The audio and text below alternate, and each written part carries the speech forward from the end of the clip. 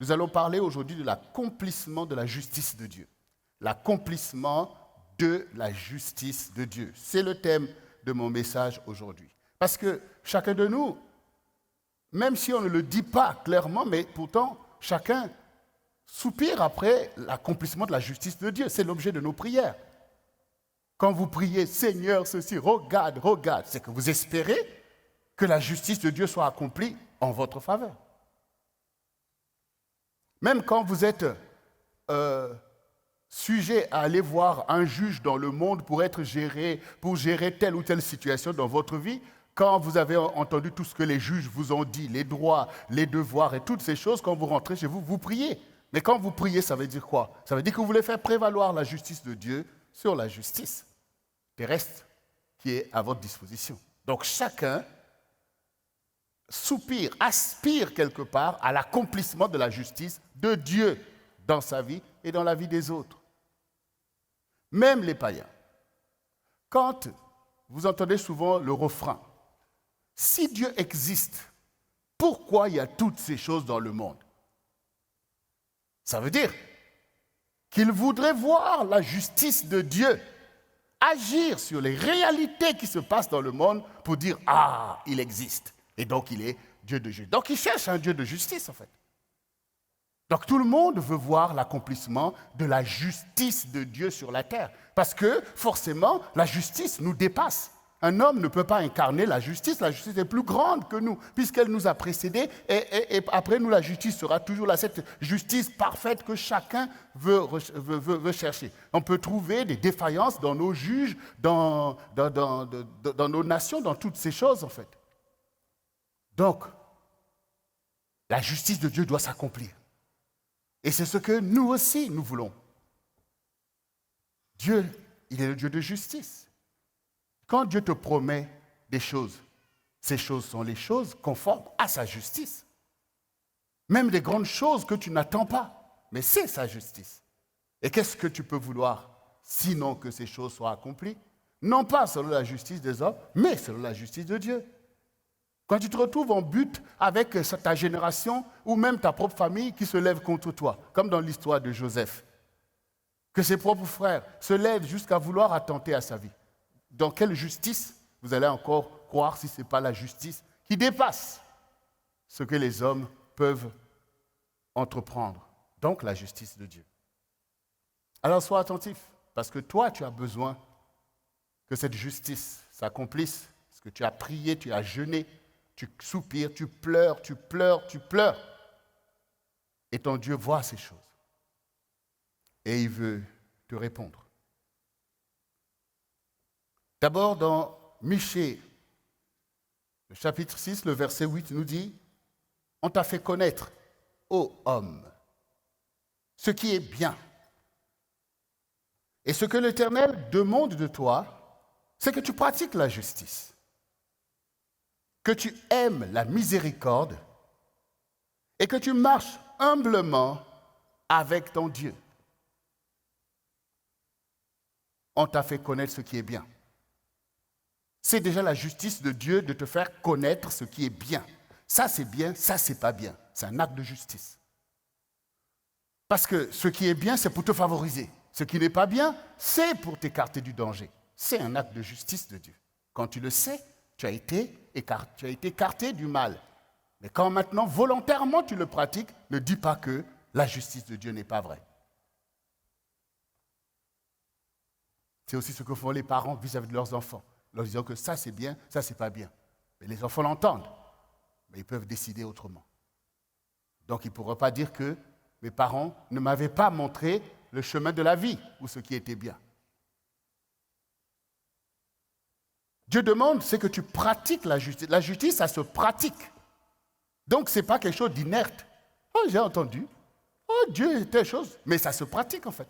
Ça veut dire que tu es impliqué dans la pratique de la justice. Tu dois le pratiquer. Donc personne ne doit ne pas pratiquer la justice. Vous savez, il y a un adage qui dit que nul n'est censé ignorer la loi. Ça veut dire que lorsque même les lois écrites, tu es censé ne pas ignorer. Ça veut dire que le droit est prioritaire comme base de connaissance pour que tu vives ta vie selon les règles. C'est ça ce que ça veut dire. Donc chacun doit s'intéresser aux lois.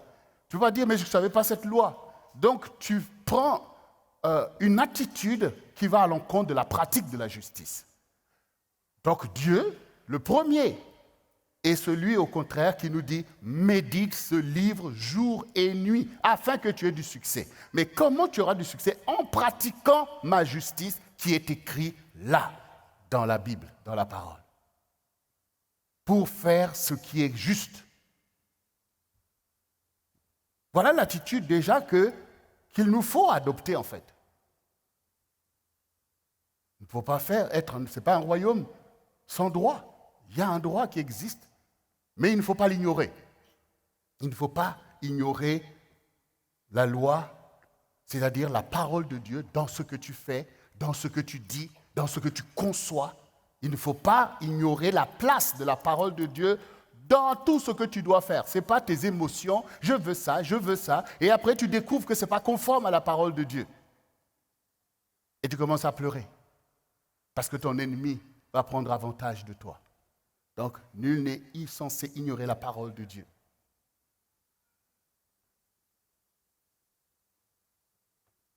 Il faut aimer la miséricorde, parce que la miséricorde, c'est ce qui permet, même quand le droit, la justice peut être élevée, mais la miséricorde de Dieu nous aide, et par la miséricorde, nous nous aidons aussi les uns les autres. Parce que c'est tout ça, pratiquer la justice, c'est que tu dois aider le plus faible. Tu dois donner à celui qui n'a pas. Donc la miséricorde doit habiter dans ton cœur, pas la colère. C'est la miséricorde, qui est une face importante de l'amour. La miséricorde, c'est par la miséricorde qu'on pardonne, qu'on passe sur l'offense, qu'on donne même à celui qui nous a méprisés. Tout ça, c'est la pratique de la justice. Et c'est ce que Dieu fait. Et c'est ce que le Seigneur nous invite à faire, puisque nous avons fait le choix de la justice et nous poursuivons la justice pour la pratiquer afin qu'elle soit accomplie. Et ensuite de marcher humblement avec ton Dieu. Il ne faut pas prétendre des choses. C'est dans l'humilité que l'on marche avec le Seigneur. Même au milieu des épreuves, il reste Dieu. On lui donne la louange et l'adoration. On n'est pas, oui, si Dieu, on n'est pas comme les païens. Si Dieu existe, pourquoi ça? Ben, c'est pourquoi ça? Parce qu'on ne pratique pas la justice. Donc on marche humblement parce que la justice aussi demande du temps. Pas à cause de Dieu, mais à cause de toi et de ton frère qui est faible. Si Dieu devait appliquer la justice dans le désert, tous les enfants d'Israël auraient péri. Mais par miséricorde, Dieu a patienté avec eux pendant 40 ans, pas à cause de ce qu'ils voulaient rester dans le désert, parce qu'ils étaient faibles pour prendre la terre promise. Souvent, Dieu, il est là avec toi, là où tu es, à cause de tes faiblesses, parce que tu n'as pas encore la force de la justice. Mais il va falloir avancer, parce que la parole de Dieu doit s'accomplir. Périr dans le désert, alors que Dieu a promis la terre promise, Dieu veut que tu prennes, parce que Dieu n'est pas menteur dans ce qu'il dit. Donc il faut prendre des forces. Il faut prendre des forces pour avancer. Les enfants ne restent pas enfants toute leur vie, sinon c'est très dangereux. Et je rappelle encore ce passage de Jérémie 9, 23, 24, que nous avons vu ces derniers temps, pour montrer que Dieu, la volonté de Dieu, c'est tout simplement la justice. Ainsi parle l'Éternel. Pratiquez la justice et l'équité. Délivrez l'opprimé des mains de l'oppresseur. Ne maltraitez pas l'étranger, l'orphelin, la veuve. N'usez pas de la violence et ne répandez pas le sang innocent dans ce lieu. Donc on voit bien que Dieu nous enjoint nous-mêmes à pratiquer sa justice. C'est nous, finalement, là, le problème, quand on ne veut pas le pratiquer. Et du coup, qu'est-ce qu'on fait? On ne veut pas pratiquer la justice et l'équité. On ne veut pas délivrer l'opprimé. L'autre souffre à côté de toi. On ne fait rien pour ça. Donc vous pouvez bien imaginer ce qui se passe là en ce moment, entre ceux qui crient « Venez nous secourir, aidez-nous » et le désarroi qu'il n'y a pas d'aide, malgré l'agitation et toutes sortes de paroles.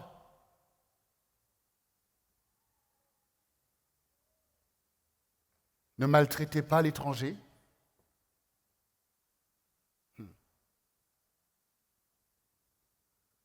Il y en a beaucoup qui pensent qu'il faut maltraiter l'étranger parce qu'il est étranger, parce qu'il n'est pas chez lui.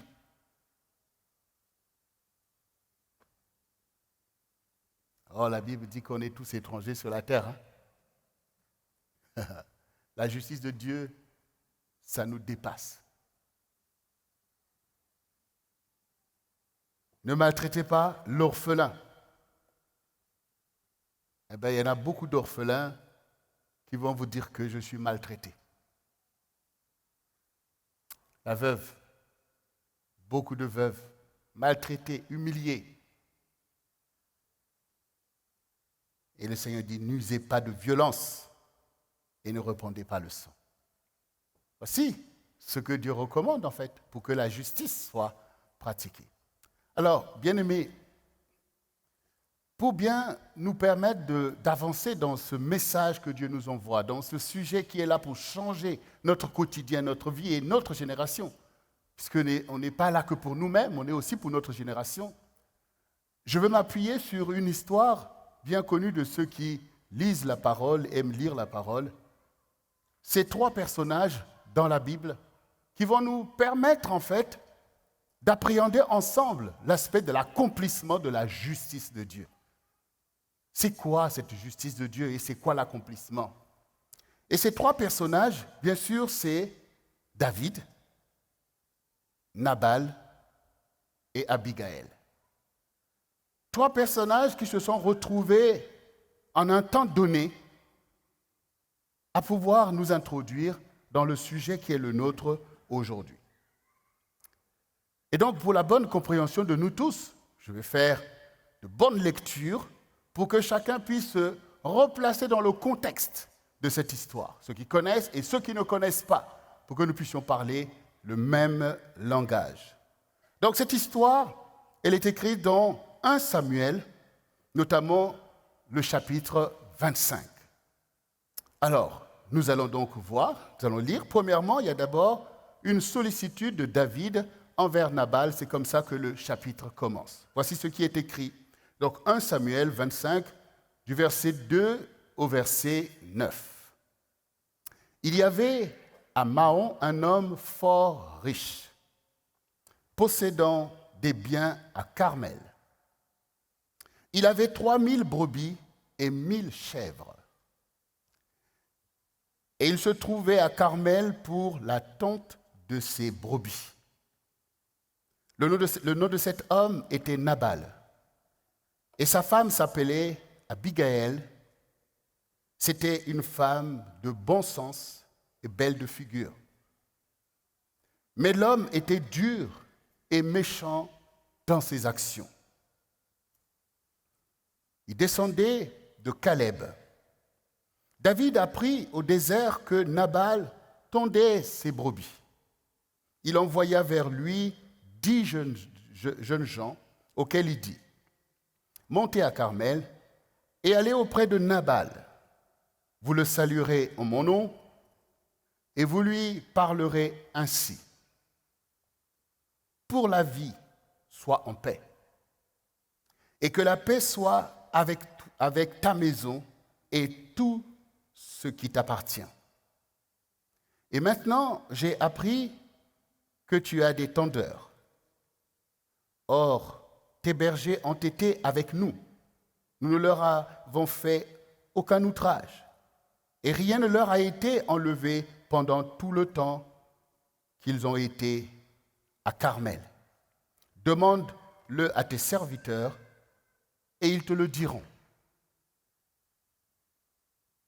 Que ces jeunes gens trouvent donc grâce à tes yeux, puisque nous venons dans un jour de joie. Donne donc, je te prie, à tes serviteurs et à ton fils David ce que tu trouveras sous ta main. Lorsque les gens de David furent arrivés, ils répétèrent à Nabal toutes ces paroles au nom de David, puis ils se turent. Je précise que David n'est pas encore le roi David. Il est ce jeune homme que le Seigneur a désigné par le prophète Samuel pour être le successeur de Saül, c'est-à-dire le prochain roi d'Israël. Et une onction royale lui a été donnée. Et une guerre a éclaté entre David et Saül. Alors que c'était encore un jeune homme, mais Saül, ayant appris que Dieu l'avait choisi, voulait le tuer. Donc ce jeune homme s'est retrouvé finalement à fuir au désert avec quelques personnes qui l'ont suivi, qui étaient souvent des bandits de ceux-ci, qui finalement ont suivi et sont devenus des hommes de David dans le désert. Donc voilà ce jeune homme qui se retrouve maintenant à errer ça et là dans le désert pour essayer de sauver sa vie. Voici la situation dans laquelle il s'est retrouvé. Et on nous décrit ici que pendant qu'ils étaient là-bas au Carmel, il y a par exemple des personnes comme cet homme Nabal qui ont des brebis, qui ont des chèvres et donc qui cherchent des pâturages. Et donc, vous voyez la configuration dans laquelle se trouve David. Il pouvait se retrouver à être tout simplement un bandit, donc pour pouvoir, comment ils vont vivre. Donc, il pouvait se mettre à braquer les bergers, ravir les choses pour vivre. C'est comme ça, quand vous retrouvez, je ne sais pas où, vous êtes obligé de vivre. Or, David ici montre que, malgré leur situation de précarité, mais ils n'ont pas agi de cette façon-là. Ils ont non seulement respecté les biens des gens, mais ils les ont même servis, ils les ont aidés. Et donc, ici, maintenant, David qui apprend que Nabal est en train de tendre ses brebis. Donc, c'est un moment où, voilà, comme au temps des récoltes. Donc voilà, les gens se retrouvent quelque part et donc il y a à manger, il y a à boire, parce que c'est exactement comme à la récolte. Donc David, comme cela est de coutume, on peut envoyer un message pour demander de l'aide. David donc a envoyé, comme on vient de l'entendre, ces 10 jeunes gens pour aller saluer Nabal de la part de David. Pour lui rappeler d'abord comment David était bienveillant vis-à-vis de ses serviteurs par rapport à ses biens pour les protéger, mais surtout de n'avoir pas eu la pensée de se dire, bon allez, attrapez-moi 2, 3 brebis là, et puis... Donc, il a voulu mettre ça en avant pour montrer qu'il était un homme de bien. Et donc, nous venons d'entendre la situation telle que cela a été présenté. Voyons maintenant ensemble la suite, donc, qui est la réponse de Nabal. Donc, autant dire que c'est le mépris de Nabal à l'égard de David. Donc à partir du verset 10, voici ce qui est écrit. Nabal répondit aux serviteurs de David. Qui est David? Et qui est le fils d'Isaïe? Aujourd'hui, beaucoup de serviteurs qui s'échappent d'auprès de leur maître. Et je prendrai mon pain, mon eau et mon bétail que j'ai tué pour mes tendeurs, et je les donnerai à des gens qui sont je ne sais d'où. Les gens de David rebroussèrent chemin et s'en retournèrent et redirent à leur arrivée toutes les paroles à David. On s'arrête d'abord là. Donc, Nabal, il dit, comme vous venez de l'entendre, qui est David? Donc, il veut montrer par là que, mais je ne connais pas ce David dont vous parlez. Ah bon? Tu ne connais pas qui est David? Qui est le fils d'Isaïe? Ah, tu connais qui est le fils d'Isaïe? Donc tu le connais. Qui est le fils d'Isaïe? Après, il ajoute, il y a aujourd'hui beaucoup de serviteurs qui s'échappent d'auprès de leur maître. Donc, il considère David comme un serviteur qui s'est échappé de son maître. Exactement comme à l'époque des esclaves, où quand un esclave échappait, quand on le rattrapait, c'est le ramener vers son maître. Donc, on voit bien qu'il sait que David était au service d'Ésaü, le roi, et qu'à cause du conflit qui a éclaté, parce que, par jalousie, le roi Saül voulait tuer le jeune David, qui pourtant chantait et jouait de la harpe pour lui faire le délivrer des oppressions démoniaques, Nabal connaissait toutes ces choses. Nabal connaissait toute cette réalité, cette vérité. Mais il veut lui rappeler que les gens qui s'échappent d'auprès de leur maître. Et alors, je vais prendre mon pain, mon eau, mon bétail que j'ai tué pour mes travailleurs, pour donner à des gens qui sont je ne sais d'où. Voici donc une réponse cinglante, méprisante, malgré le rappel que David a fait précéder sa demande. Déjà, ne fût-ce que là, cette réponse pourrait faire croire que parfois les mafieux ont raison de ne même pas demander et de prendre, tout simplement. Mais dans la justice de Dieu, le Seigneur dit demandez et l'on vous donnera. Donc David demande. Nabal ici, en fait, il prend une position devant la justice de Dieu, puisqu'il se met en accusation de David. On voit bien qu'il prend parti, en fait. Et dans beaucoup de choses que vous pouvez faire, dans les réponses que vous pouvez donner devant la justice de Dieu, vous prenez un parti par rapport à cette histoire entre David et Saül. Nabal a fait son choix. Son choix, c'est Saül. Et cette prise de position l'empêche de considérer que ce jeune homme qui s'occupait de ses brebis a été appelé par Saül à son service, notamment pour le soulager des oppressions démoniaques.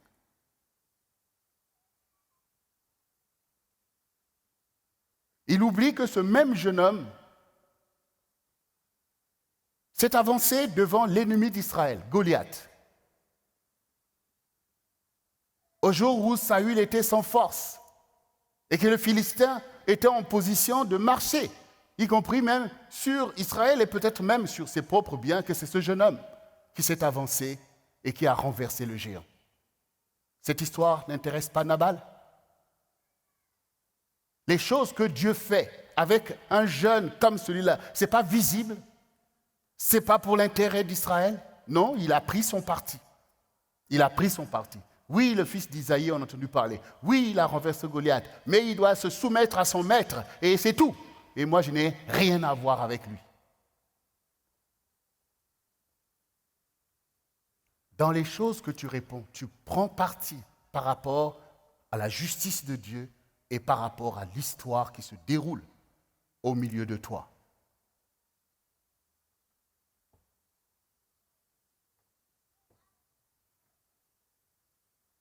Alors, la réponse a été donnée, c'est son droit, c'est son parti. Et quand les jeunes hommes donc sont revenus, ils ont raconté à David tout ce que Nabal a dit. Alors, David dit à ces gens que chacun de vous saigne son épée. Et ils saignirent chacun leur épée. David aussi saignit son épée. Et environ 400 hommes montèrent à sa suite. Il en resta 200 près des bagages. Un des serviteurs de Nabal vint dire à Abigaïl, femme de Nabal, « Voici, David a envoyé du désert des messagers pour saluer notre maître, qui les a rudoyés. Et pourtant, ces gens ont été très bons pour nous. Ils ne nous ont fait aucun outrage, et rien ne nous a été enlevé tout le temps que nous avons été avec eux lorsque nous étions dans les champs. Ils nous ont nuit et jour servi de muraille. Tout le temps que nous avons été avec eux, faisons paître les troupeaux. Sache maintenant et vois ce que tu as à faire, car la perte de notre maître et de toute sa maison est résolue. et il est si méchant qu'on ose lui parler. Nabal, le maître de sa maison, qui a pris position contre David, qui a méprisé David, et nous le voyons maintenant dans le camp de Nabal, dans sa propre maison, il y a problème. Son propre serviteur, et qui annonce à son épouse, qui donc n'était pas au courant de la situation.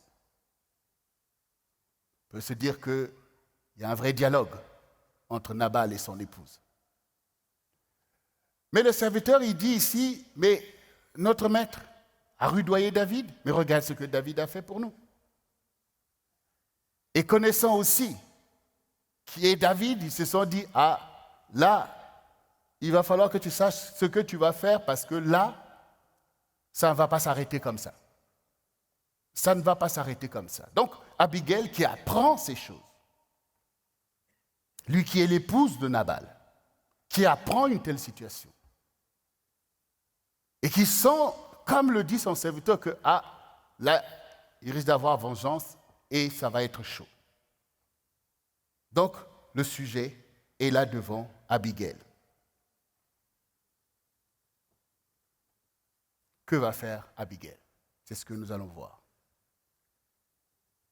Toujours 1 Samuel 25, à partir du verset 19 et 23, voyons la réaction et la résolution d'Abigail. Abigail prit aussitôt 200 pains, 2 outres de vin, 5 pièces de bétail apprêtées, 5 mesures de grains rôtis, 100 masses de raisins secs, 200 figues secs. Elle les mit sur des ânes et elle dit à ses serviteurs, « Passez devant moi, je vais vous suivre. » Elle ne dit rien à Nabal, son mari.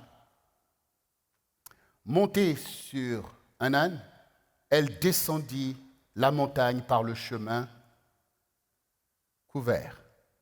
Et voici, David et ses gens descendaient en face d'elle, en sorte qu'elle les rencontra. David avait dit, « C'est bien en vain que j'ai gardé tout ce que cet homme a dans le désert, et que rien n'a été enlevé de tout ce qu'il possède. Il m'a rendu le mal pour le bien.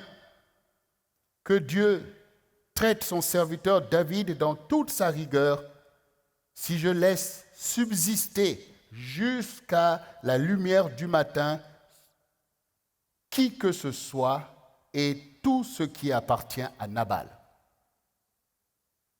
Lorsqu'Abigail aperçut David, elle descendit rapidement de l'âne, tomba sur sa face en présence de David et se prosterna contre terre. La suite, verset 24. Puis, se jetant à ses pieds, elle dit, « À moi la faute, mon Seigneur. Permets à ta servante de parler à tes oreilles et écoute les paroles de ta servante. Que mon Seigneur ne prenne pas garde à ce méchant homme, à Nabal, car il est comme son nom. Nabal est son nom. Il y a chez lui de la folie. Et moi, ta servante, je n'ai pas vu les gens que mon Seigneur a envoyés. Maintenant, mon Seigneur, aussi vrai que l'Éternel est vivant et que ton âme est vivante, c'est l'Éternel qui t'a empêché de répandre le sang et qui a retenu ta main. Que tes ennemis, que ceux qui veulent du mal à mon Seigneur soient comme Nabal. Accepte ce présent que ta servante apporte à mon Seigneur et qu'il soit distribué aux gens qui marchent à la suite de mon Seigneur. Pardonne, je te prie, la faute de ta servante, car l'Éternel fera à mon Seigneur une maison stable. pardonne, car le Seigneur soutient les guerres de l'Éternel. Et la méchanceté ne se trouvera jamais en toi. S'il s'élève quelqu'un qui te poursuit et qui en veuille à ta vie, l'âme de mon Seigneur sera liée au faisceau des vivants auprès de l'Éternel, ton Dieu. Et il lancera au creux de la fronde l'âme de tes ennemis. Au creux de la fronde, l'âme de tes ennemis. Lorsque l'Éternel aura fait à mon Seigneur tout le bien qu'il t'a annoncé et qu'il t'aura établi chef sur Israël, mon Seigneur n'aura ni remords ni souffrance de cœur pour avoir répandu le sang inutilement et pour s'être vengé lui-même. Et alors, l'Éternel aura fait du bien à mon Seigneur. Souviens-toi de ta servante. Voici donc Abigail qui rentre maintenant dans notre histoire. Elle a aussitôt pris parti pour David. Elle a pris parti contre la position, effectivement, de son mari qu'elle a jugé indigne. Elle a pris parti aussi pour sa vie et pour la vie de beaucoup de personnes que Nabal ne pouvait pas protéger contre l'épée de David. Donc elle a aussitôt pris parti. C'est une histoire de des secondes à réfléchir, à réagir et à agir. Donc elle a jugé que c'était juste d'outrepasser la position de son mari pour pratiquer une justice envers David, pour lui donner ce qu'il a demandé, qui était rien à ses yeux par rapport à ce que représente David. Donc nous voyons aussi qu'elle aussi, elle connaît l'histoire, elle connaît David, elle connaît les histoires de Saül, elle a pris position pour David puisque le récit montre le rappel des choses qu'elle dit qui fait qu'en Israël, on connaissait cette histoire. Sinon, comment elle aurait pu rappeler toutes ces choses, que tu combats les guerres de l'Éternel, les choses que Dieu t'a promises, Dieu va faire... Donc on voit bien que c'était une histoire connue. Comme vous-même aussi, vous connaissez beaucoup de choses qui se passent, les choses de Dieu, les choses du monde, les choses que vous entendez, les choses que vous voyez, mais vous ne pouvez pas savoir qu'au moment où vous ouvrez la bouche pour dire quelque chose sur ces choses, vous prenez position par rapport à la justice de Dieu et par rapport à l'histoire.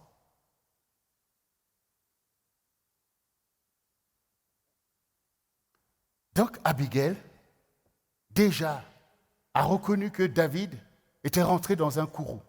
Donc ce n'est pas question de venir n'importe comment pour que David écoute. Elle a pris une position qui rappelle à David les choses de Dieu.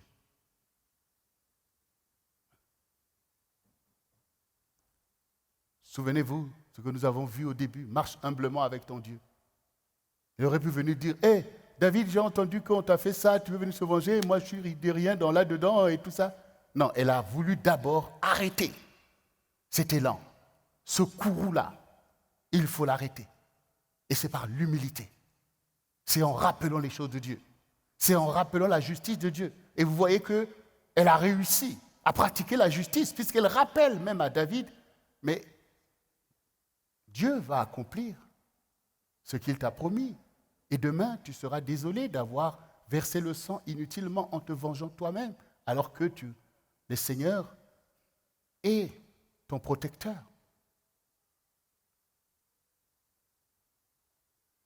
Et nous connaissons cette femme, Abigail, mais c'est important de méditer pourquoi elle est Abigail, en fait. Elle connaît les choses de Dieu. Elle connaît la justice de Dieu. Elle sait les choses qui sont importantes pour Dieu. Elle a les attitudes qui sont des attitudes spirituelles, puissantes. Ce sont des armes puissantes pour arrêter et les guerres. Et David était là, dans son élan, humilié devant ses serviteurs. Lui qui conduit ses troupes en vue d'être le conducteur des troupes d'Israël, de l'armée du Seigneur. Donc vous voyez dans quelle offense il pouvait se trouver. Et ces jeunes étaient avec lui pour pouvoir rendre justice à leur maître. Il a fallu que ce soit Abigail qui soit là pour arrêter tout ça. Pour arrêter tout ça. Ce n'est pas parce que tu as le sentiment que tu as raison. Ce n'est pas parce que tu as le sentiment que la personne en face de toi n'est même pas de Dieu et surtout, il t'a offensé de telle manière que Dieu veut que tu puisses te venger en fait. Et ce n'est pas parce que tu es David, l'homme selon le cœur de Dieu, que tu n'as pas besoin d'aide parce que l'égarement peut toujours arriver. Et on le sait aussi, y compris dans la vie de David. Mais c'est important d'avoir en face des gens qui pratiquent la justice, qui rappellent la justice de Dieu. Parce que Dieu est là pour sa justice. Et là, Dieu s'est tenu sur Abigail pour arrêter déjà de mélanger le bien et le mal. Donc c'est très important pour chacun de nous de commencer à comprendre que voici deux personnes qui habitent dans la même maison et qui sont mari et femme et qui vivent aux antipodes.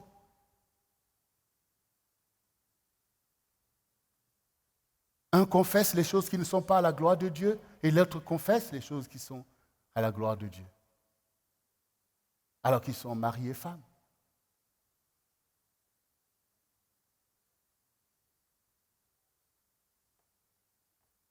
Mais l'important, c'est que la justice est aussi là. Et l'iniquité est là aussi.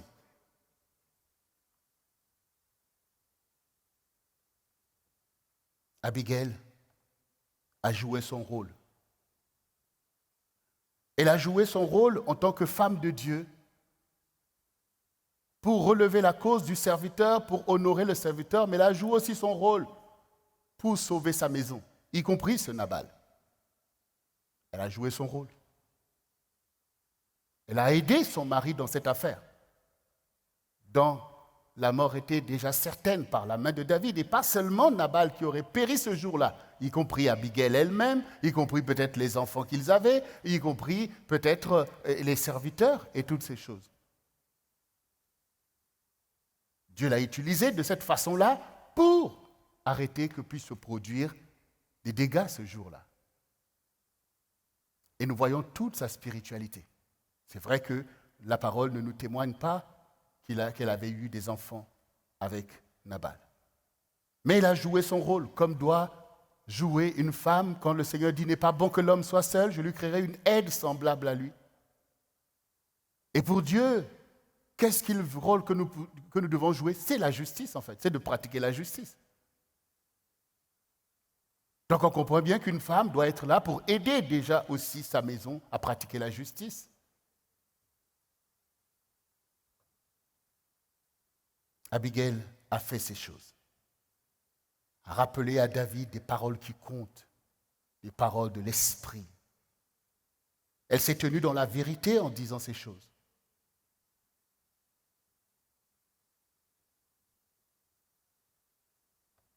Ce sont les guerres de l'Éternel que tu soutiens. Et les guerres de l'Éternel sont connues en Israël. C'est un pays qui a été, un peuple qui a été installé par le Seigneur sur des territoires qui appartenaient à des peuples. Donc la guerre était toujours là. Et donc ils savent c'est quoi quand on dit les guerres de l'Éternel. C'est pour la survie du peuple de Dieu que l'on combat les guerres de l'Éternel. Donc elle sait de quoi qu'elle parle. Elle voyait déjà que oui, nous devons aussi notre vie à David. Parce que si ce n'était pas levé au jour de Goliath qu'ils avaient pris le dessus, peut-être qu'on ne serait même... Donc elle sait ces choses. Donc on voit bien que dans la pratique de la justice, c'est beaucoup plus loin que ce que tu peux considérer dans ta pensée, dans toi, dans tout ça, ta maison. Donc on voit bien qu'on habite dans un royaume, on a un Dieu qui agit sur la terre, et on commence à voir qu'Abigail connaît les canaux par lesquels Dieu agit pour accomplir la justice. Et que la moindre des choses, pour nous, c'est de soutenir David. Ce qu'il a lui-même gardé pour nous protéger, lui donner une brebis ou deux pour qu'il mange avec tous ces gens-là qui sont avec lui. Et nous savons que c'est le plan de Dieu. Pour elle, c'était la moindre des choses. C'était la moindre des choses.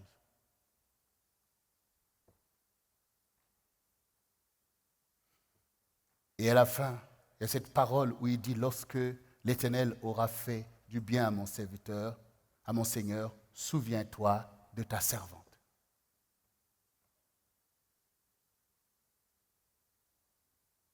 Que peut signifier une telle parole?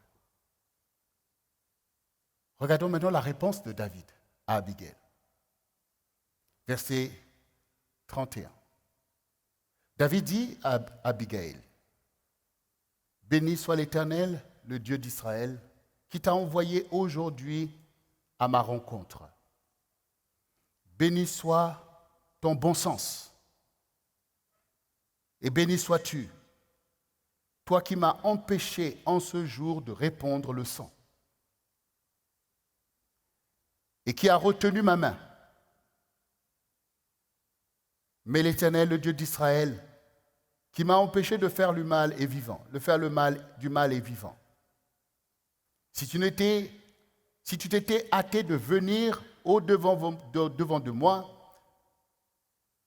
il ne serait resté qui que ce soit à Nabal, d'ici la lumière du matin. Et David prit de la main d'Abigail ce qu'elle avait apporté et lui dit, « Monte en paix dans ta maison.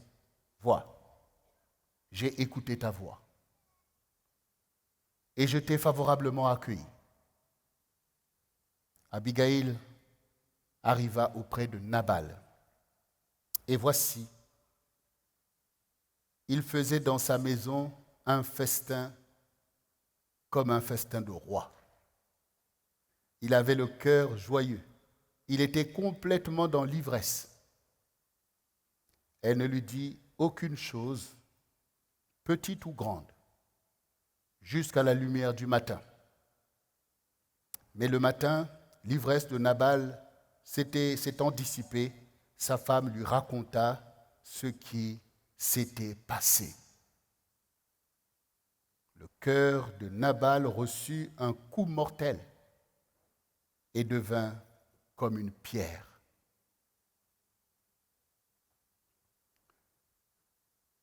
Après cet échange, David reconnaît que Abigail a été emmenée par l'Esprit de Dieu à agir de cette façon-là, qu'elle avait totalement raison, que c'était juste, effectivement, que David puisse l'écouter et puisse arrêter son élan et accepte plutôt de recevoir de la main d'Abigail ce dont il avait besoin. Et Abigail est rentrée. Pendant ce temps, Nabal faisait toujours sa fête. Un festin de roi, avec toutes les personnes qu'il avait invitées. Et lui qui pensait que David ne pouvait même pas recevoir un petit bout de sa nourriture, vous voyez la fête et vous imaginez, tout le monde est dans l'ivresse. Abigail est rentrée le soir. Et elle est allée dormir.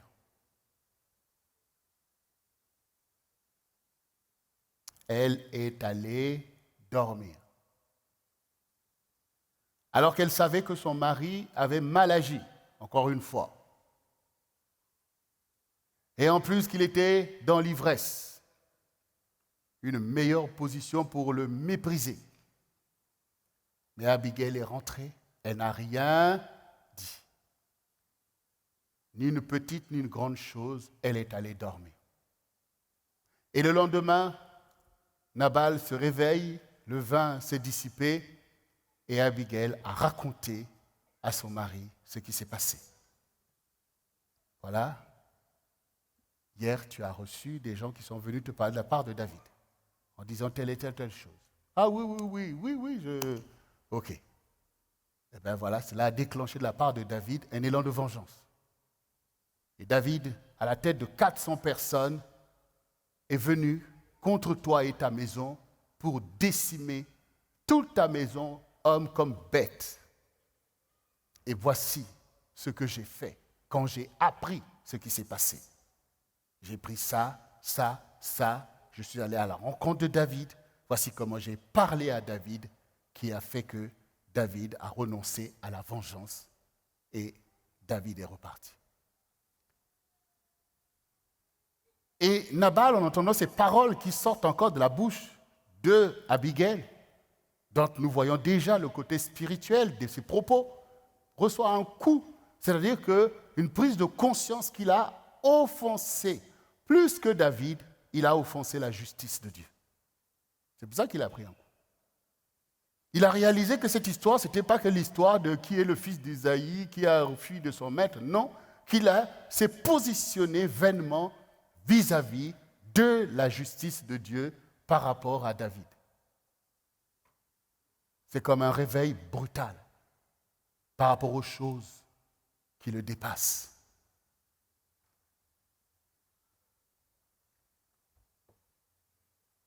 Et la suite de ça, c'est que le verset 31 nous dit, environ 10 jours après, l'Éternel frappa Nabal et il mourut.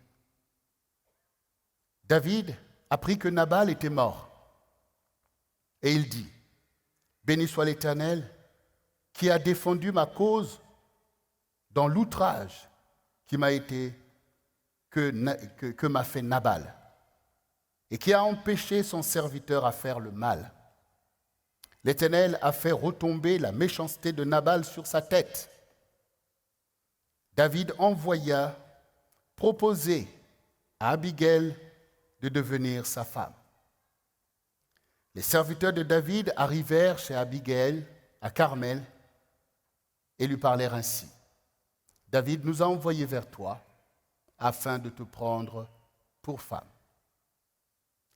Elle se leva, se prosterna le visage contre terre et dit, voici, ta servante sera une esclave pour laver les pieds des serviteurs de mon Seigneur. Et aussitôt Abigail partit, montée sur un âne et accompagnée de 5 jeunes filles. Elle suivit les messagers de David et elle devint sa femme. D'abord, la mort de Nabal. Nabal est mort, pas par la main de David, mais par la main de Dieu. Dieu a sanctionné Nabal. Une sanction terrible qui est la mort. Donc, nous commençons à comprendre que ces histoires d'échanges entre un tel et un tel, en fait, il y a quelqu'un qui est sur le trône, en fait, qui est en train de statuer, qui prend un décret et qui le fait exécuter. Ça, c'est quoi? C'est pas la justice. C'est la justice. Est-ce que Nabal pouvait penser qu'en répondant comme ça à David, qu'il est devant la justice de Dieu et qu'il y aura des sanctions qui vont s'en suivre? Vous ne pouvez pas penser ça, en fait, comme toi aussi. Souvent, tu prends la parole pour des choses que tu n'as peut-être pas médité au sens de ces choses par rapport à Dieu, au royaume de Dieu, à des choses que Dieu poursuit. Parce que nous avons dit qu'il faut poursuivre, mais Dieu poursuit sa justice. Dieu poursuit sa justice, en fait. Et donc, Nabal est mort. On n'a pas dit que Nabal était malade ou qu'il était... Non, il est mort. Dans la force de l'âge et même de sa prospérité. Il est mort.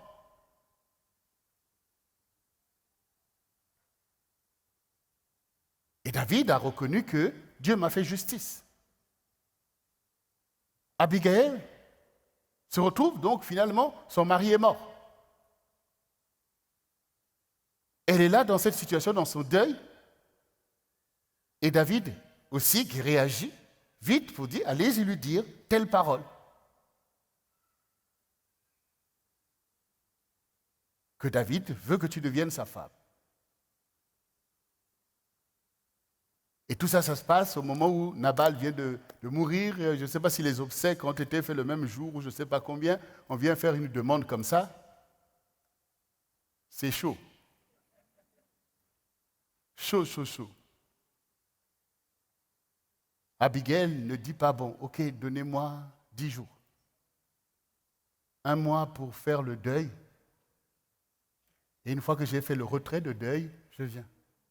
Je dis retrait de deuil parce qu'en Afrique, au Congo notamment, il y a un autre terme, c'est retrait de deuil. C'est-à-dire que quand quelqu'un meurt, on peut décider 1 semaine, 6 mois de deuil, 1 an de deuil, et puis au terme de cette période, on fait un retrait de deuil. C'est-à-dire qu'on se remet encore dans des beaux vêtements, on peut encore sourire et tout. Là, Abigail a dit, là, tous ces retraits de deuil, là, ça va se passer là, maintenant même. Allez, gérez vous-même, là, les serviteurs, les parents de Nabal, faites vos enterrements. Moi, je suis parti. Moi, je suis parti. Après, chacun peut avoir son interprétation de tout ça. Mais là, devant la justice de Dieu, devant la réalité qui est là, c'est sauve qui peut. Abigail a dit, moi je ne veux pas laisser passer la parole de Dieu une fois, deux fois. Alors, bien aimé, ce qui est important pour nous, donc, c'est de partir de ce que nous venons d'entendre pour parler de nous-mêmes au quotidien. Dieu poursuit sa justice. Quelle est cette justice de Dieu?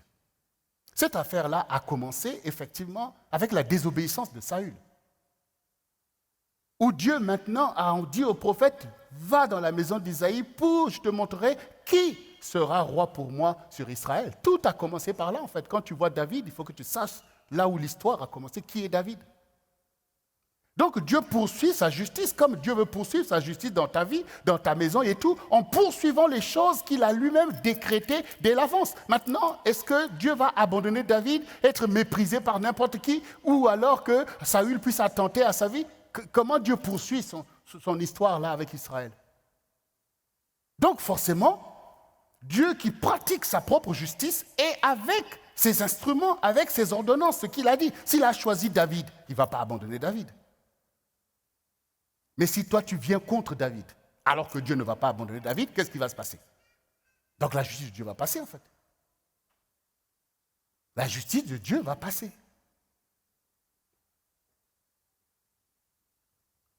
Donc nous devons commencer maintenant à réfléchir que mais la justice, ce n'est pas seulement au moment où nous sommes dans la détresse qu'on dit rendez-moi justice, c'est qu'au quotidien, la justice se pratique. Au quotidien, Dieu poursuit la justice. Au quotidien, Dieu a dit une parole qui doit s'accomplir. Au quotidien, le royaume agit. Donc, chacun de nous, nous devons savoir que nous sommes tous dans un processus de pratique de la justice en prenant soit parti pour la justice ou pour l'iniquité. De telle ou telle manière, en fait.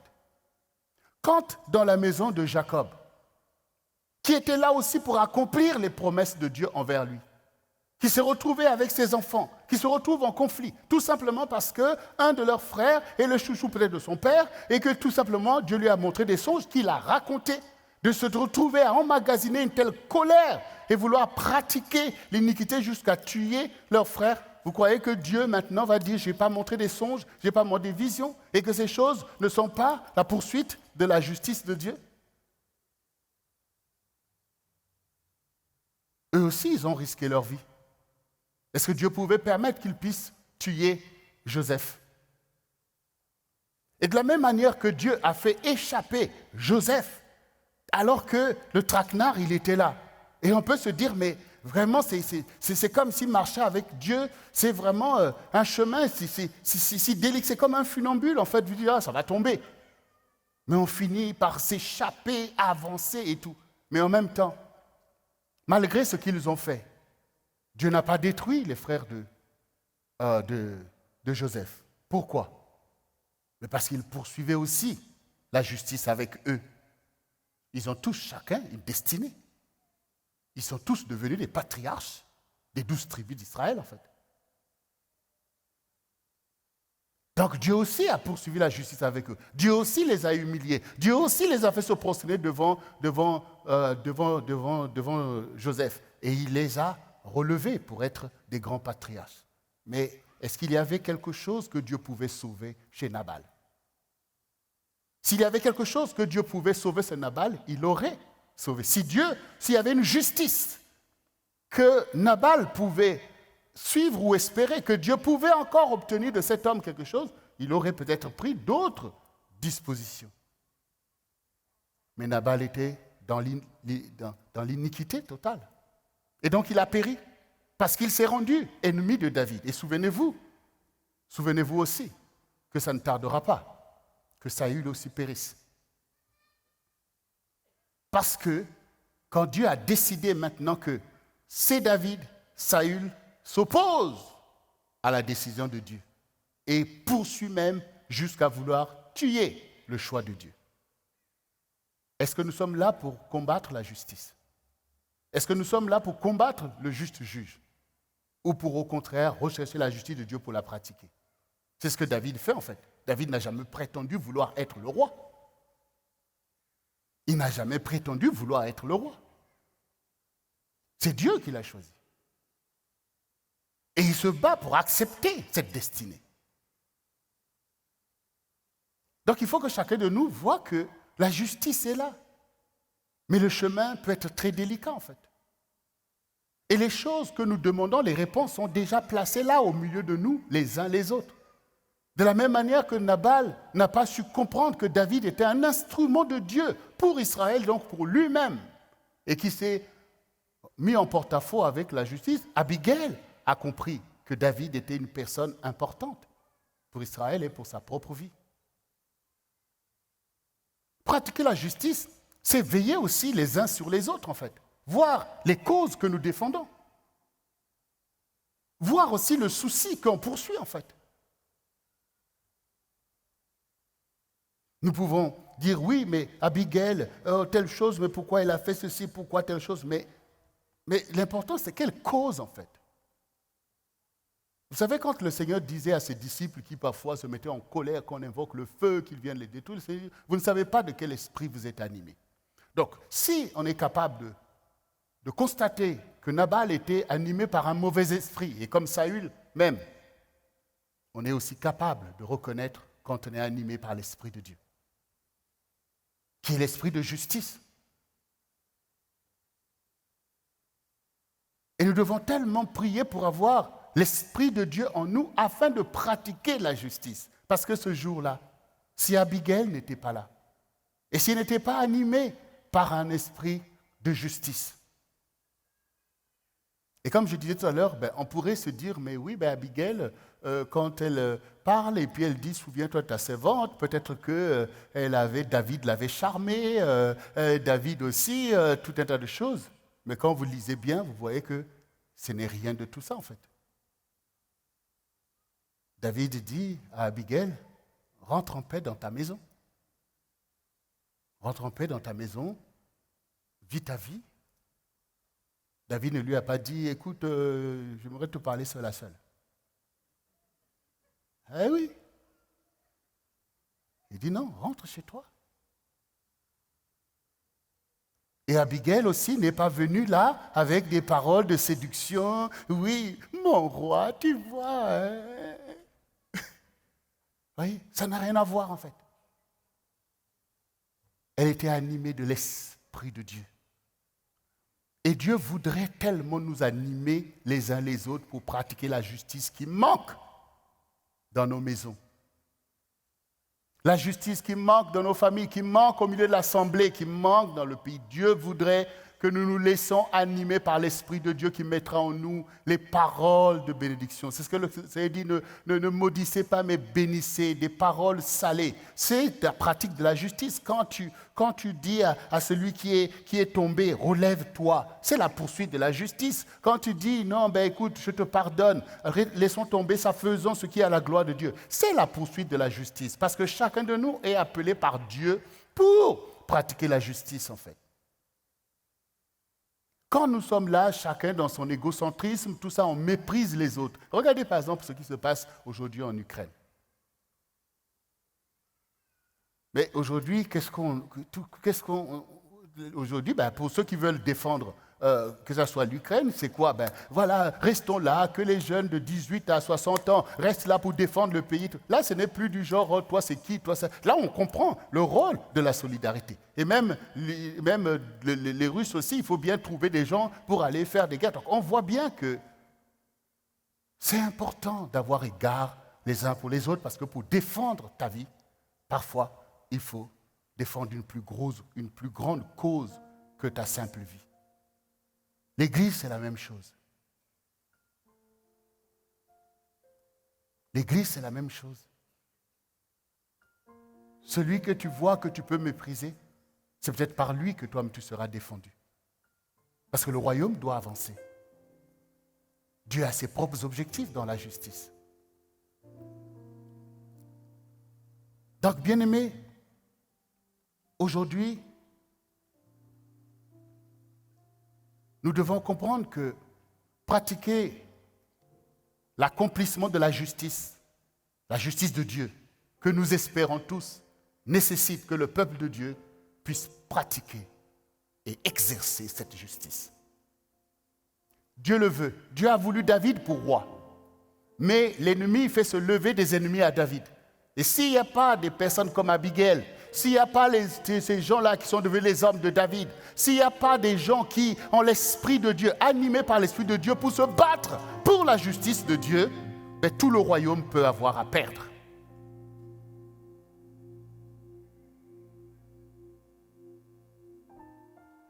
Parce que la justice n'est jamais l'affaire d'une seule personne. C'est un royaume, c'est un peuple qui fait asseoir des principes de justice. Et ces principes que Dieu édicte dans sa parole pour nous, c'est nous qui devons les pratiquer. Ça veut dire que si nous ne pratiquons pas la parole, si nous écoutons la parole et qu'on la méprise, si Dieu donne des songes et des visions et que personne n'agit en fonction de ces choses, la justice est anéantie. Pas parce que Dieu ne veut pas accomplir, mais parce qu'il n'y a pas un peuple qui veut exercer la justice de Dieu.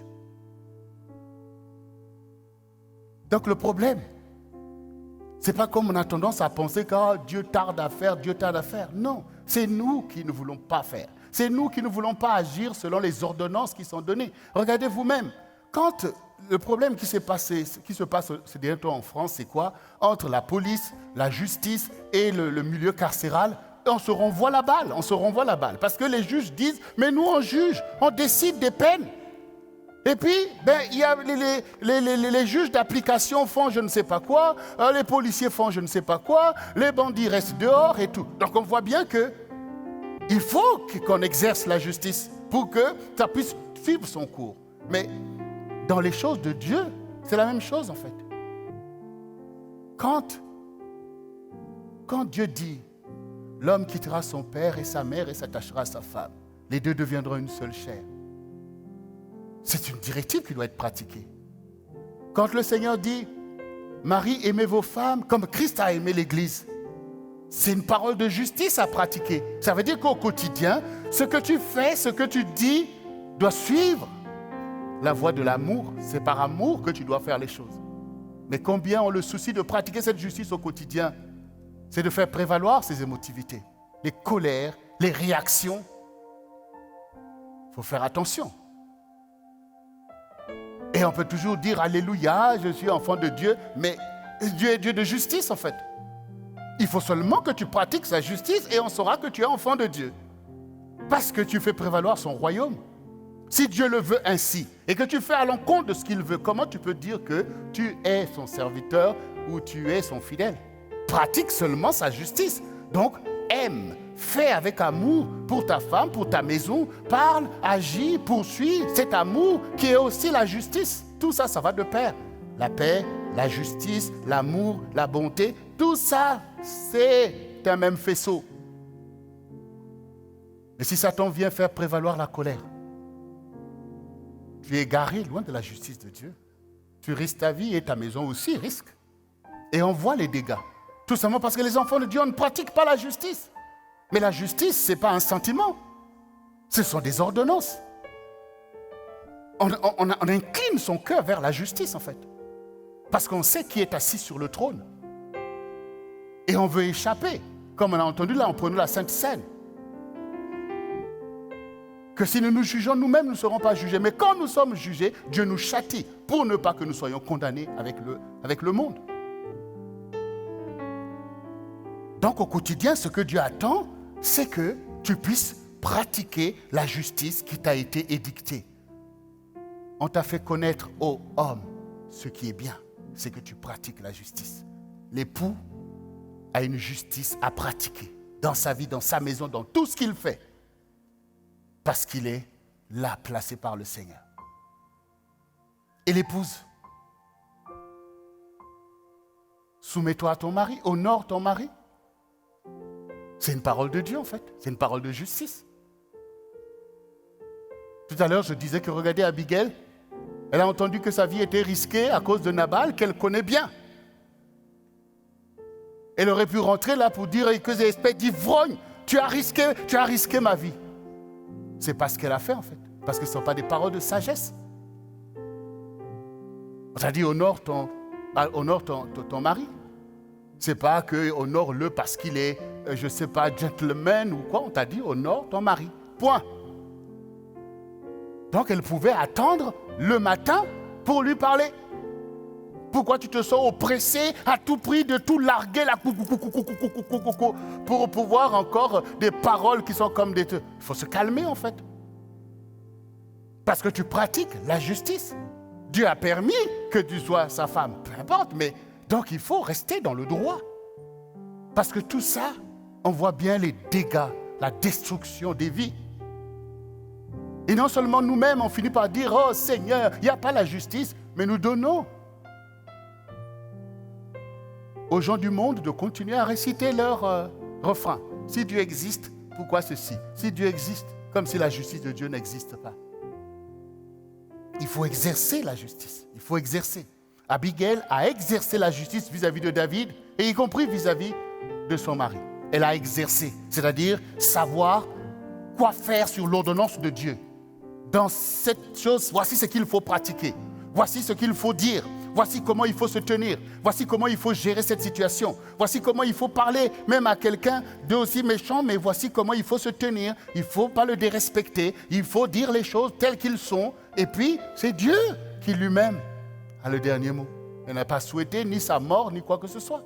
Vu son état d'esprit, si Nabal n'était pas mort, elle serait restée là, femme de Nabal en fait. Puisqu'elle connaît la parole de Dieu. Et nous avons ici donné des enseignements combien, par nos émotivités, l'ennemi peut venir en fait nous détourner de la pratique de la justice, qui est quand même quelque chose de fort. Quand vous voyez que dans les tribunaux, on décide des choses, ce n'est jamais des choses simples, d'aller mettre les gens en prison ou d'aller indemniser et tout. Donc la justice appelle une force d'action. Donc ça veut dire qu'au quotidien, quand vous sautez devant des situations critiques que je ne peux pas tenir, mais non, il faut que tu tiennes, parce qu'il s'agit de la justice en fait. Même David aurait pu dire, mais Seigneur, j'étais là en train de m'occuper des brebis de mon père, tu m'as choisi pour roi, regarde maintenant ma vie est menacée, je dois vivre dans des grottes, tout le monde me méprise, ma vie est en danger, un roi comme ça vient à ma suite et tout un tas de choses et tout ça. Mais ce n'est pas comme ça que David voit les choses. C'est ma destinée. On doit tenir devant tout ça. Et pourtant la parole de Dieu a été dite. Mais il faut pratiquer la justice pour parvenir à l'accomplissement de la justice de Dieu. Au bout de l'histoire, Dieu a placé David sur le trône d'Israël, avec beaucoup de combats auxquels il fallait déjà échapper aux ennemis et ne jamais perdre espoir. Parce qu'il y a des ennemis qui se lèvent, mais Dieu fait se lever aussi beaucoup de personnes en ta faveur. Les vaillants hommes de David. Bien-aimés, au quotidien, les choses se passent devant la justice de Dieu et devant l'histoire. Chacun prend parti. Quel est ton parti par rapport à la justice de Dieu? Il faut garder le parti de Dieu. Il faut vouloir que les choses de Dieu s'accomplissent. Quand vous êtes là dans un ministère comme le Centre du Réveil Chrétien, vous entendez la parole prophétique. Et d'ailleurs, beaucoup d'entre vous êtes visités par le Seigneur, où Dieu vous montre beaucoup de songes. Beaucoup de songes. Pasteur, Dieu m'a montré, j'ai vu tel son, j'ai vu le CRC comme ça, j'ai vu le CRC. Vous le voyez, Dieu vous rend témoin de sa justice. Il vous rend témoin de sa volonté. Mais pourtant, beaucoup peuvent, au mépris de la connaissance de la volonté de Dieu, prendre un parti bizarre par rapport à l'histoire, par rapport au déroulé des choses, en fait. Vous voyez, l'inconstance. Ce n'est pas bon, en fait. Il nous suffit de pratiquer la justice. Si tu sais que quelque chose est juste, pratique-le, parce que ça poursuit la justice de Dieu. Si tu sais que le ministère est de Dieu, eh bien, sers dans ce ministère, puisque tu poursuis ainsi la justice de Dieu. Ce n'est pas le pasteur Goma que tu sers la justice de Dieu. Que le pasteur Goma et le pasteur Jocelyne eux-mêmes portent cette justice, toi aussi tu vas porter, puisque Dieu t'en a averti. Alors faisons cela, parce que de cette justice dépend la vie de beaucoup de personnes. Dépend la vie de beaucoup de personnes, en fait. Donc, ce qui nous intéresse là, c'est de pratiquer la justice. Et la justice est une alliance. La balance doit peser du côté du bien, du côté de Dieu, du côté de l'Église, du côté du royaume, du côté de ta maison, de ta famille, du côté du couple. Il faut faire peser la justice de Dieu. Il ne faut pas laisser le diable venir mettre l'iniquité, tout détruire, mais c'est par la pratique de la justice que le royaume va se déployer. Et c'est la pratique de la justice qui donne la puissance que Dieu dit, j'ordonne que tu sois puissant. Et l'année de la puissance, c'est que Dieu nous fait de nous les instruments de la justice, parce que nous ne voulons pas la puissance pour l'iniquité. Nous ne voulons pas la puissance pour le mal, pour l'impudicité, pour toutes sortes des choses mauvaises que les gens font dans le monde. Nous voulons la puissance pour accomplir la justice. C'est par cette puissance que nos vocations vont prévaloir dans notre génération. David aussi avait une vocation. Cette vocation a été mise en danger par Satan et par tous ces agents des impies qui voulaient attenter à la vie de David. Mais Dieu a été fidèle et David a gardé la foi jusqu'à accéder au trône et rendre Israël victorieux. Et nous-mêmes, nous en sommes des bénéficiaires de sa consécration. Dieu a mis en toi des vocations. Et Satan veut piétiner ces vocations. Or, ces vocations détiennent la clé pour la vie de beaucoup de gens. Et s'il n'y a personne pour pratiquer la justice, ni toi-même, ni les gens autour de toi, cette vocation sera anéantie. Mais si nous avons le souci de pratiquer la justice dans les moindres choses, je répète, dans les moindres choses. C'est dans les moindres choses qu'on se souvient que non, ça c'est pas bien. Si je fais comme ça, c'est pas bien. Donc si je fais autrement, c'est bien. Et ce bien-là enchaînera avec un autre bien qui parviendra à l'accomplissement de ce que tout le monde va dire. Ah, c'est bien. Mais avant que tout le monde soit capable de dire que ah, c'est bien, David, roi d'Israël, telle chose, il fallait des Abigail. Il fallait des gens comme Abigail. Il fallait des gens qu'on appelle les vaillants hommes de David. Dans les ministères, c'est la même chose. Il y a plein de gens qui peuvent dire « Ah, ce serviteur de Dieu, ah, cette servante de Dieu ». Mais ça ne se fait pas sans des Abigail. Ça ne se fait pas sans des Timothée, sans des Élisée, ceux qui portent la cause, qui comprennent qu'on combat les guerres de l'Éternel et on cherche le bonheur du peuple de Dieu, qu'on se dresse contre les dominations, les autorités, les principautés, les puissances de l'air, qu'on avance contre le règne des impies. Parce que chacun pratique la justice qu'il doit pratiquer.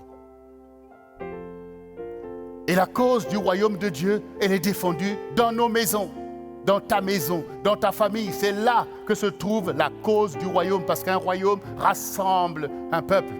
Et si l'ennemi trouve avantage de détruire la justice dans les foyers, dans les couples, dans les maisons, il se targue ainsi de vouloir anéantir la justice de Dieu et donc d'anéantir le royaume. Il y en a qui pensent que servir le Seigneur, c'est quand je veux me lever devant le Dieu, je dis Seigneur, voilà, je te sers et puis on me met l'onction, je deviens un serviteur de Dieu. Tu es serviteur de Dieu dans ta maison où tu pratiques sa justice, quel que soit ton âge, quand tu es capable de comprendre ces choses comme David a compris et que tout le temps tu fais référence à la volonté de Dieu, tu es serviteur de Dieu, tu es servant de Dieu parce que tu pratiques sa justice. Et tu peux être bombardé de tous les titres que tu veux, je ne sais pas, prophète, apôtre, tout ce que tu veux. Si tu ne pratiques pas la justice de Dieu, tu n'es pas son serviteur. Dieu est Dieu de justice. Et ce qu'il attend sur la terre, c'est ce qu'on a entendu tout à l'heure. Ô homme, on t'a fait connaître ce qui est bien. Ce que l'Éternel demande de toi, c'est que tu pratiques la justice et que tu aimes la miséricorde. Alors, bien-aimés, nous n'allons pas laisser maintenant, au fur et à mesure que les semaines passent dans notre année, et revenir à nous tasser, et puis on reprend l'esprit de mort. Non, on doit rester à l'offensive. Dieu doit accomplir parfaitement cette année. Son royaume doit émerger au milieu de nous et au milieu de cette génération. Et la puissance du peuple de Dieu doit être révélée pour que nos vocations puissent agir. Et cette puissance, c'est la puissance de la justice. nous sommes là pour être des esclaves de la justice. Ça veut dire que dans ta maison, apprends à te soumettre à la justice. Parce que s'il ne te soumet pas à la justice de Dieu, tu deviens maître de toi-même et tu te mets en porte-à-faux avec celui qui est ton Seigneur. Ce que Dieu t'a dit de pratiquer, pratique-le. Et ne trouve pas qu'obéir à la directive de la justice de Dieu, c'est trop dur, c'est trop ceci. C'est à cause de l'effervescence de nos émotivités qu'on n'arrive plus à porter ce que d'autres ont porté avant nous en obéissant au Seigneur. Parce que Dieu accomplira sa justice. L'exemple ici nous montre que, oui, Abigail a empêché à David de verser ce sang et Dieu a accompli lui-même sa justice envers Nabal et David a poursuivi son chemin. Mais au quotidien, et le souci de la justice autour de toi. Et j'aimerais terminer vraiment en insistant sur ça. Il y a des droits et des devoirs. Et chacun de nous doit avoir le souci de pratiquer la justice envers les personnes sur qui notamment Dieu t'a établi. Et le principe de la justice, c'est l'ordre. Dans un foyer, l'homme est le chef de la famille. Il y a une justice à pratiquer envers sa maison. Elle doit être pratiquée avec détermination. Et la protection fait partie de cette justice. L'amour fait partie de cette justice. Et dans cette même maison, dans ce couple, dans ce foyer, la femme a un rôle aussi capital que celui de l'homme, d'être celle qui bâtit sa maison.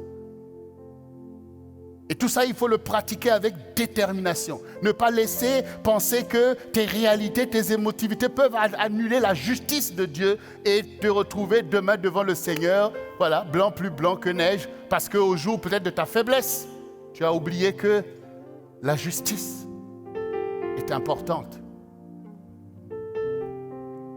Dans cette justice, dans cette famille, les parents ont une justice à accomplir vis-à-vis de leurs enfants. Et les enfants ont une justice à accomplir vis-à-vis de leurs parents. Ça manque de détermination. Chacun ne voit que oui, mais il est ceci. On tourne, au lieu d'être des instruments pour accomplir la justice, on devient des accusateurs les uns les autres. Lui ceci, il est ceci, sans voir qu'on est sorti de la pratique de la justice pour devenir finalement des accusateurs les uns les autres, pratiquer le rejet, briser la justice de Dieu et penser qu'on est indemne. Non, bien aimé, ça doit changer en fait. Pratiquer le bien, c'est nettement mieux que de pratiquer le mal. Mais il faut être fort. Il faut être fort aussi pour pratiquer le bien. Il ne faut pas penser que Satan va te laisser pratiquer le bien. Et même beaucoup de gens ne vont pas forcément aller dans ton sens en fait. Mais tu as compris que ce n'est pas le fait de tes traditions religieuses qui vont faire qu'on te dise « rentre dans la joie de ton maître ». Non, c'est la pratique de la justice de Dieu. Car le Seigneur a dit qu'il nous a tous donné des dons, des talents pour que nous puissions donner de la nourriture à nos compatriotes au temps convenable.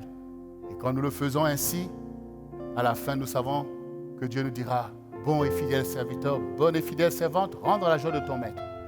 Mais si nous devenons colériques, si tu bats tes compatriotes, si tu manges ton pain avec les ivrognes, si tu tombes dans l'esprit du monde, eh bien, tu sais ce que le Seigneur dit aussi. Alors, bien-aimés, pour terminer, nous, au centre du réveil chrétien, comme d'ailleurs dans l'église du Seigneur, Dieu ne nous a pas appelés à pratiquer des traditions qui ne mènent à rien alors que la justice est défaillante. Au contraire, Dieu nous appelle à pratiquer la justice, les uns envers les autres, les gens de ta maison, et aussi ceux qui sont dehors, le peuple de Dieu. C'est de combattre les guerres de l'Éternel. C'est d'honorer le Seigneur. C'est d'accomplir l'œuvre du ministère. Et cette justice qui doit être nôtre sera aussi pour notre génération. Parce qu'en étant plus forts, nous pouvons subvenir aux besoins des plus faibles et même défendre la cause des plus faibles. Ces derniers temps, comme je faisais référence à ce qui se passe en Ukraine, nous avons vu que la guerre a éclaté. D'abord, les gens, donc, ils sont obligés de fuir. On voit bien que, on ouvre les portes, on veut les accueillir parce que c'est chaud. Et puis, on apprend qu'au milieu de ça, il y a des personnes parce qu'ils sont de couleur noire, enfin ils sont noirs, ils ne peuvent pas prendre des trains, ils ne peuvent pas ceci, ils sont rejetés à des frontières et tout ça en fait, c'est l'iniquité. C'est l'iniquité, c'est indigne. C'est indigne, on veut se prévaloir de la justice, mais c'est indigne. C'est indigne.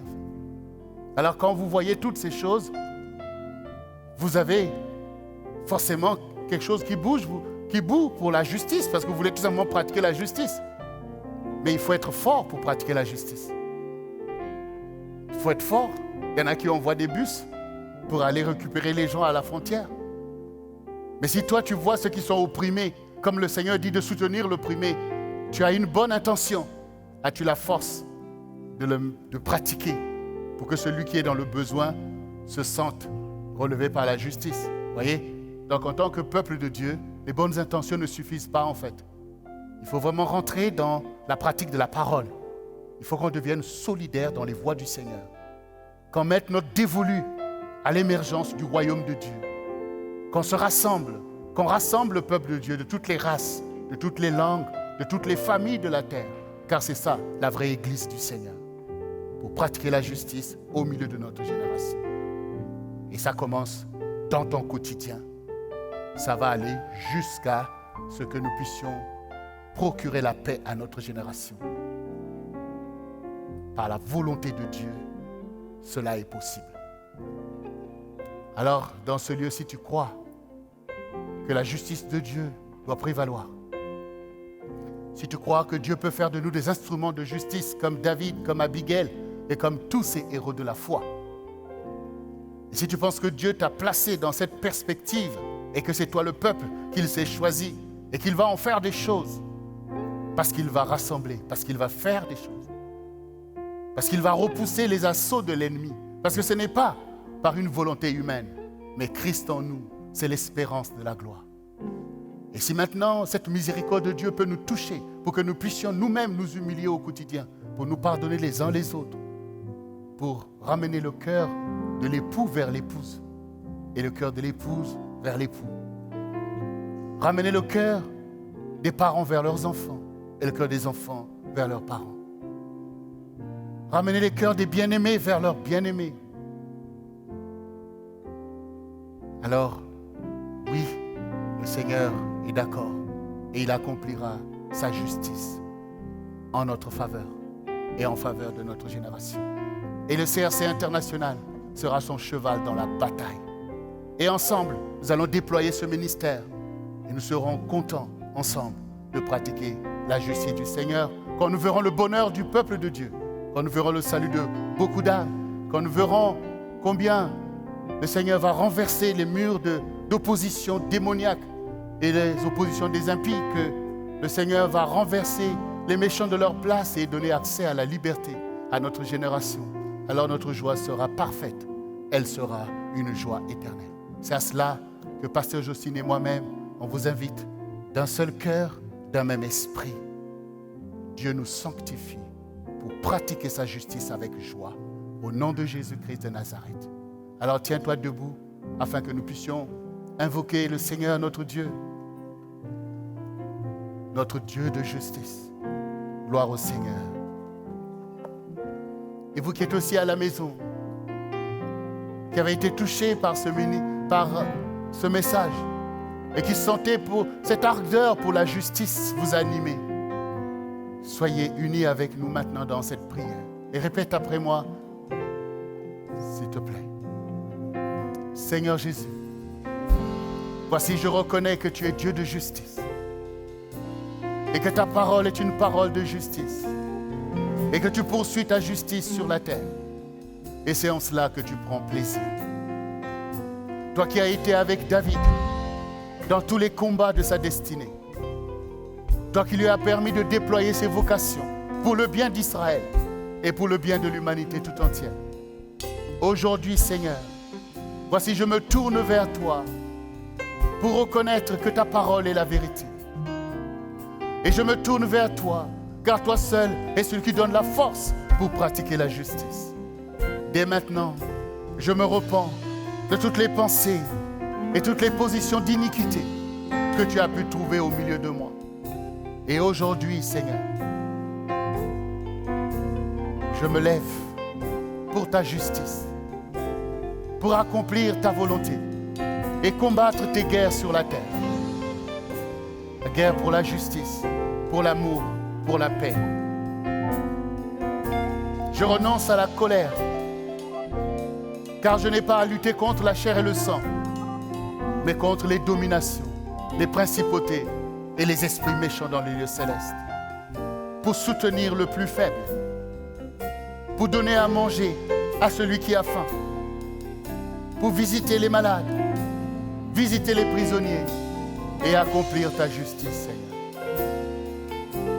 Mets en moi, Seigneur, l'esprit qui était en David pour accomplir la justice de Dieu. Mets en moi l'esprit qui était en Abigail pour accomplir la justice de Dieu. Car aujourd'hui, Seigneur, ton royaume repose sur moi aussi pour se déployer dans ma génération, afin de venir en aide à ton peuple au milieu de cette génération et d'éclairer cette génération afin que les âmes perdues voient ta lumière et soient sauvées dans le nom de Jésus-Christ. Sanctifie-moi par ta justice. Je renonce à ma propre justice, car la justice de l'homme est comme un vêtement souillé. Ta justice est véritable, Seigneur, car tu as parlé en ma faveur. Tu as parlé en faveur de ton peuple et tu as parlé en faveur de l'humanité. Change ma mentalité et donne-moi au quotidien de pratiquer ta justice en faisant ce qui est bien à tes yeux et aux yeux des hommes. Merci Seigneur, car ce n'est pas en vain que j'ai entendu ta parole. Dès maintenant même, et tous les conflits du diable qu'il avait emmenés en moi sont anéantis et engloutis maintenant même par la puissance de ta parole qui est la vérité. Et je prends plaisir dans la justice pour t'honorer, toi le seul vrai Dieu, et aimer mon prochain comme moi-même en pratiquant la miséricorde. De la même manière que moi-même je suis pardonné, je pardonne aussi à celui qui m'a offensé. Mais ensemble, dans l'Église, nous poursuivons tes objectifs afin d'être un peuple uni, un peuple solidaire et venir en aide à notre génération pour que ceux qui ne te connaissent pas te connaissent. Sanctifie-nous par la vérité, Seigneur. Sanctifie-nous par la vérité.